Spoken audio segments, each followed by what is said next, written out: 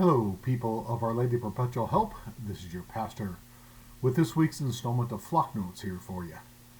And so here we are. Lent is quickly moving, and we're almost coming to the end of Lent. We're coming into the fifth Sunday this coming Sunday.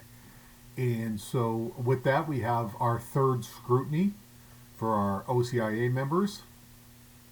And we also, being that this is Lent, we know that there's other events going on that, of course, we have our on Fridays, we have the evening 6 p.m. Mass, but previous to that, at 5:30, we do the Stations of the Cross in English, and then at 7 p.m., Stations of the Cross in Spanish, and the Knights will be serving their Lenten fish dinners this coming Friday, and so there are many events for us to plug into here at OPH to be part of the community here.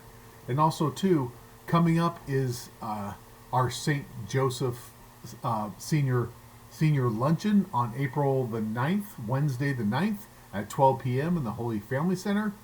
And with all the other events, with being that we're coming to the end of Lent, the Holy Week schedule will be posted below me, so keep your eyes and ears open to the not only the ads below me, but to the announcements at Mass, to the bulletin, and all the information will be in those places, and so we can all plug into what we're being called where we're being called to serve here at OPH, and to be a community with one another.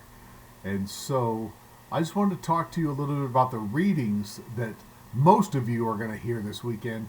Like I said, we have our third scrutiny coming up. So at the 9 a.m. Mass, there'll be different readings because there's readings specific to the scrutiny. But every other Mass, these are the readings for the fifth Sunday of Lent for this year. And I wanted to share with you something that you're going to hear in from the first reading. Let me turn the page here so I get to the right page. Our first reading is coming from the from the prophet Isaiah, and it just starts off so beautifully. Thus says the Lord, who opens a way in the sea and a path in the mighty waves, who leads out chariots and horsemen, a powerful army, till they lie prostrate together. Remember not the events of the past, the things of long ago consider not. See, I am doing something new. Now it springs forth. Do you not perceive it? In the desert I make a way. In the wasteland rivers. Wild beasts honor me. Jackals and ostriches. But I put water in the desert and rivers in the wasteland for my chosen people to drink. The people who I formed for myself, that they might announce my praise. And when I read that, I'm always reminded of the words. I remember Bishop Brahm, and on various occasions, he was always wanting to make the point, God makes a way out of no way. And so when the world might look bleak around us, or in our own personal situations, we can't see a way out of where we are, we're always reminded God makes a way out of no way. And sometimes when we only rely on ourselves, there might be no way to remedy this situation. But when we rely on God, we're reminded that God always makes a way out of no way. And with God, there's always a way. That's one thing I always remind people when they come into, I've had people coming in to talk about wanting to do annulments or various other situations in life as well.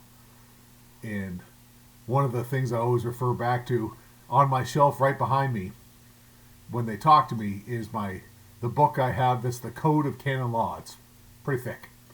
And there was a person who made an observation that said, that's a lot of stuff in that book. And I said, yes, but that's a lot of stuff that guides us on how to make things right. Because there's always a way. That way might involve some steps, might involve some struggles, but there's always a way. It's just kind of like with our own spiritual life. There are some steps that we have to take to step closer to God. And sometimes those steps are just tough decisions we have to make. And sometimes we deviate from those steps. Sometimes we stumble in those steps. But there's always a way out of no way. And God always makes a way for us to come home to Him. And so with that, I want to say I hope you all have had a great week, and I hope to see you all at Mass on Sunday.